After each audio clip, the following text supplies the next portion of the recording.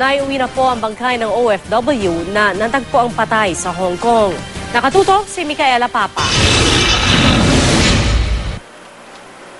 Hindi raw inakala ni Aling Lucia na pagkatapos ng isang taon, malamig na bangkay na lang ng anak na si Rowena ang kanyang susunduin sa NAIA.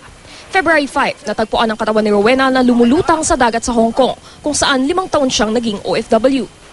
Mawala ng anak, napakasakit.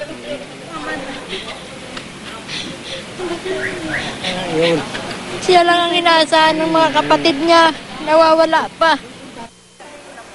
Ayon sa DFA, wala pang resulta ang autopsy ng Hong Kong Police kaya di pa matukoy ang cause of death. Ayon kay Aling Lucia, imposibleng nagpakamatay si Rowena. Hinala nila ang bagong amo niya ang nasa likod ng pagkamatay.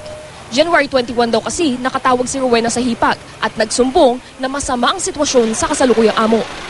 Wala po kaming gagawin kundi humingi po ng hustisya sa nangyari sa kanya.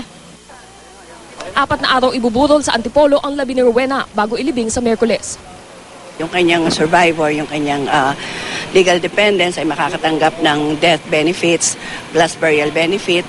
Meron ding tayong educational program para sa dependent niya at livelihood assistance program para sa kanyang magulang.